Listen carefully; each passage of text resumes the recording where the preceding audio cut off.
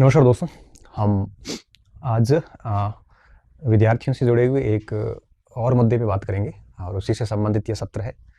दरअसल मैं जब स्टूडेंट को ऐसे पढ़ते हुए देखता हूँ और जब वो मेरे से बात कर रहे होते हैं, तो कुछ चीज़ें मुझे ऐसे लगती हैं कि इनको इस पे सुधार करना चाहिए।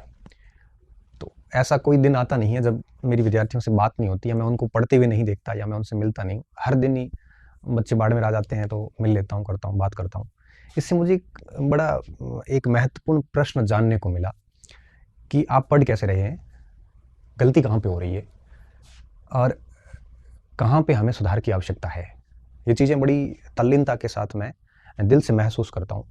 तो मुझे लगता है कि बहुत सारे स्टूडेंट ठीक पढ़ रहे होंगे, लेकिन कुछ स्टूडेंट अज्ञानतावश या यूँ कहिए कि उनकी जानकारी भी नहीं, अनभिज्ञतावश कुछ गलत तरीके से पढ़ रहे होते हैं। तो मैं चाहता हूँ कि ऐसे छोटे-छोटे सत्र के ज़रिए आप उन चीज़ों को समझें कि अगर आप इस हिसाब से चल रहे हैं तो बहुत सही चल रहे हैं, अगर नहीं चल रहे हैं तो इस हिसाब से चलने का प्रयास करें। अभ्यस्त हो जाएँगे तो दिक्कत नहीं आएगी। कई बार क्या होता है कि हम एक सही रणनीति से चल रहे होते हैं, लेकिन खुद पे डाउट रहता है कई सारे बच्चों को कि क्या मैं सही चल रहा हूँ कि नहीं चल रहा हूँ? क्योंकि आपको अपने पे थोड़ा-सा अविश्वास रहता है, आपके पास में कई बार परिणाम नहीं होता, तो परिणाम जब व्यक्ति के पास नहीं होता है, तो व्यक्ति को खुद पर ही डाउट रहता है कि क्या मेरी रणनीति सही है या मेरा पढ़ने का तरीका ठीक है कि नहीं है? ऐसे अनगिनत प्रश्न मस्तिष्क में, ज़हन में घूमते हैं। तमाम प्रकार के इन प्रश्नों से एक स्टूडेंट उलझ जाता है। लेकिन आपकी उसी रणनीति को कोई भी ऐसा अच्छा सफल व्यक्ति या फिर ठीक-ठाक व्यक्ति अगर उस चीज़ के ऊपर ठप्पा लगा लेता है, मुहर लगा लेता है, तो आपको एक भरोसा हो जाता है कि हाँ, मैं सही चल रहा हूँ। और अगर कहीं कोई छोटी-मोटी त्रुटि होती है, तो आप उसको समय पर ठीक भी कर लेते हैं। तो आज मेरा जो मेन टॉपिक था कि कहीं आप एक पैसिव स्टूडेंट के रूप में तो नहीं हैं। पैसिव का मतलब होता है निष्क्रिय विद्यार्थी, कहीं आप वैसे तो नहीं हैं। एक स्टूडेंट को हमेशा सक्रिय विद्यार्थी के रूप में रहना बेहद ज़रूरी है। मेहनत सब करते हैं, सेम सामग्री सभी के पास में है। मोस्टली 90% सामग्री सेम होती है सभी के पास में। फिर कमी कहाँ रहती है? तो मुझे लगता है कि कमी कहीं न कहीं सक्रियता में रहती है। अब मैं ये नहीं कहूँगा कि हर व्यक्ति समर्पित नहीं होता। देखो, कोई बाड़मेर छोड़ के बाहर बैठा है या गाँव छोड़ के शहर में आया है, तो निश्चित तौर पे समर्पित तो होता है।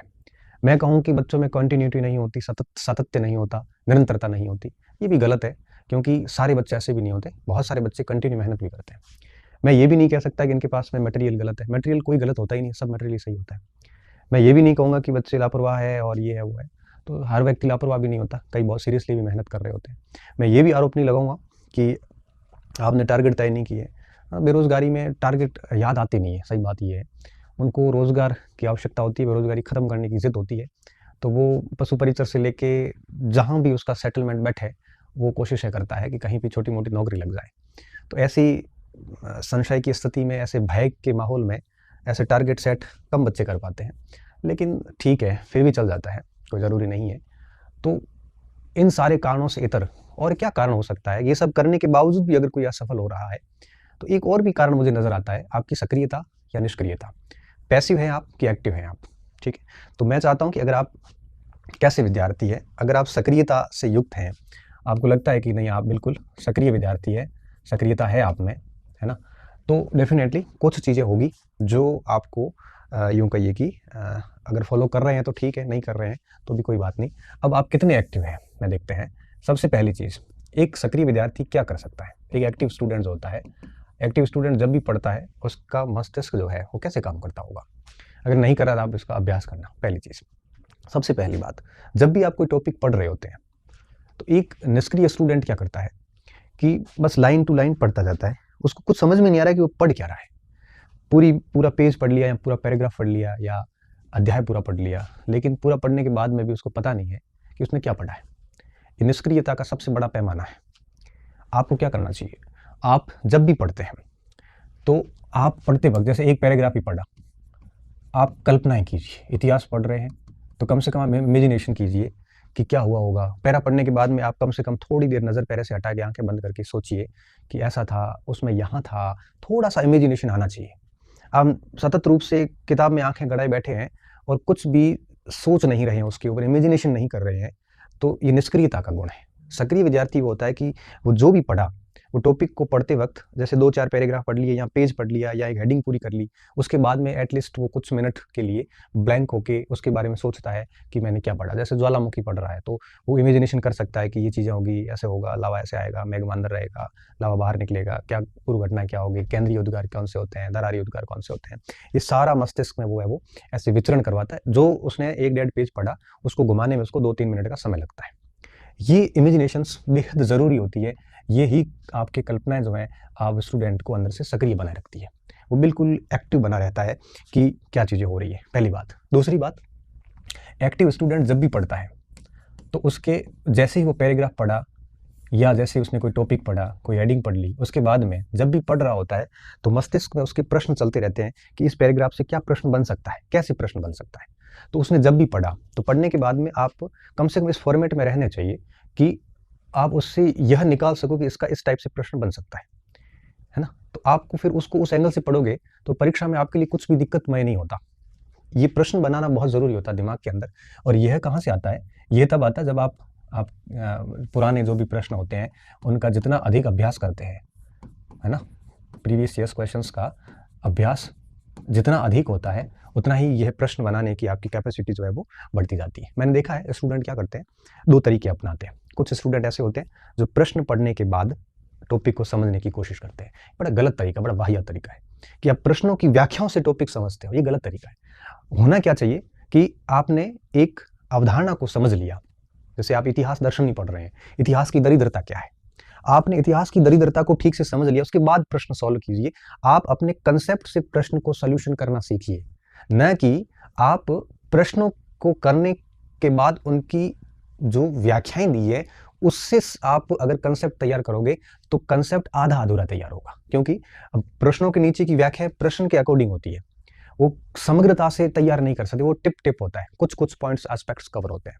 तो आपको प्रश्न बनाना आना चाहिए हर पैराग्राफ से। और तीसरी बात कि आप क्या करो, आप अवधारणा पहले पढ़िए और अवधारणा कंसेप्ट समझने के बाद में, जैसे अवधारणा होती है उसके बाद में प्रश्न हल कीजिए, उसके बाद इनकी व्याख्याएं पढ़िए। न कि आप प्रश्न पढ़ने के बाद प्रश्नों के जरिए आप अवधारणा को क्लियर करो, बल्कि अवधारणाओं के जरिए प्रश्न को क्लियर करने की कोशिश कीजिए। ये सक्रियता का एक बहुत अच्छा आयाम होता है। इसके अलावा क्या करना होता है, इसके अलावा सक्रिय स्टूडेंट वे भी होते हैं जो किताब पढ़ते हैं, अंडरलाइन करते हैं अच्छी तरीके से। जहाँ कहीं भी महत्वपूर्ण बात लगती है, वहाँ पे अंडरलाइन कीजिए।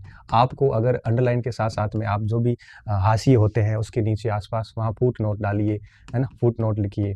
क्योंकि ये चीज़ें होती हैं ना, ये जब आप रिवीजन कर रहे होते हैं, तब आपका ध्यान सीधा उन बिंदुओं पे पड़ता है और आप उनको बहुत व्यवस्थित तरीके से फुट नोट्स को जो है वो आपको ध्यान में आएंगे। आप वहाँ बढ़िया तरीके से रिवीजन जो है वो कर सकते हैं। ये करना बहुत ज़रूरी होता है। इसके अलावा आपको क्या करना होता है, कल्पनाएं करनी होती है, प्रश्न बनाने, अवधारणाएं जो है उनके जरिए प्रश्नों को सॉल्यूशन करना। और सबसे बड़ी बात होती है इसका मनन करना। हर टॉपिक को मैं कह रहा हूँ सिलेबस 100% भली पूरा मत करो, लेकिन जितना भी आप सिलेबस पढ़ते हैं उसका आप मंथन कीजिए। आप उसके बारे में सोचिए कि क्या कुछ आपने पढ़ा है अभी तक। मेरा तो एक सिंपल सा फॉर्मूला था, मुझे आज भी अच्छे से याद है कि 15 मिनट, 20 मिनट या 30 मिनट पढ़ लिया मैं, है ना। जैसे मैं मान लो कि मौर्य साम्राज्य पढ़ रहा हूँ और उसमें जैसे अशोकाधम पढ़ रहा हूँ, तो अशोकाधम पूरा पढ़ लिया। पूरा पढ़ने के बाद में कम से कम 5-7 मिनट उसके ऊपर ज़रूर सोचता था। आप जैसे मुगल काल हो, तो जैसे हल्दीघाटी के युद्ध आज भी जब हम पढ़ाते हैं, तो हम सब डेफिनेटली सोचते हैं कि इसके कारण क्या थे, इसके परिणाम क्या थे, है ना। इस तरह से पूरा टॉपिक दिमाग में सोचते हैं। तो ज़रूरी नहीं कि सारी बातें हमें उस समय दिमाग में आती है, लेकिन कुछ चीज़ें भूलते हैं, कुछ चीज़ें मोटी मोटी मस्तिष्क में एक इमेजिनेशन करके मंथन करते हैं, उसके बाद आगे बढ़ते हैं। यहाँ आपकी एक्यूरेसी बहुत शानदार हो जाती है अगर ऐसा करते हैं तो। ठीक है, तो मनन करना चाहिए। और अभ्यास तो इस प्रश्नों के जरिए हो ही जाएगा। इसके साथ साथ में आपको रिवीजन, ये बेहद ज़रूरी होता है। एक सक्रिय स्टूडेंट रिवीजन का बेहद ख्याल रखता है, ठीक है ना। वो आप यूँ कहिए कि रैंडम चलता रहता है, 1 बार, 2 बार, 3 बार। आप किसी भी कंटेंट को 5-6 बार ठीक से रिवीजन नहीं करते हैं ना, तब तक आपको वो सामग्री कभी ठीक से याद नहीं हो पाएगी। परीक्षा में हमेशा गलती की संभावना रहती है, हमेशा डाउटफुल प्रश्न गलत चले जाते हैं। तो रिवीजन पे बल देना चाहिए हमें। तो ऐसा टाइम टेबल सेट होना चाहिए हमारा कि हम परीक्षा तक 4-5 बार कम से कम रिवीजन करें। साथ साथ में आप है वो एक शॉर्ट नोट्स जैसी स्थिति भी रखें, ताकि आप है वो लास्ट टाइम में अच्छी तरीके से रिवीजन कर सकें, क्योंकि परीक्षा से 15 दिन पहले अगर एक बार सिलेबस पूरा नहीं पढ़ा जाता है तो निश्चित तौर पे वो आपको बहुत नुकसान देता है। आप कितनी भी पढ़ाई कर लो, लेकिन एग्जाम टाइम में 15 दिन पहले एक बार सिलेबस को आंखों से निकाल दिया जाता है तो अलग लेवल का कॉन्फिडेंस आता है, और कॉन्फिडेंस से व्यक्ति बहुत कुछ कर जाता है। ठीक है, ये चीज़ें करनी बहुत ज़रूरी है, ये एक एक्टिव स्टूडेंट की निशानी होती है। ठीक है, बाकी अगर आप ये सोचते हैं कि बस आप एक उपन्यास की भांति या अखबार की भांति पुस्तक को पढ़ते जाओगे तो निश्चित तौर पे आप है वो उसमें ना प्रश्न बनाने की आपकी क्षमता होगी, ना आप उन चीज़ों को मस्तिष्क में क्रिएट कर सकते हो, कल्पना भी नहीं कर सकते।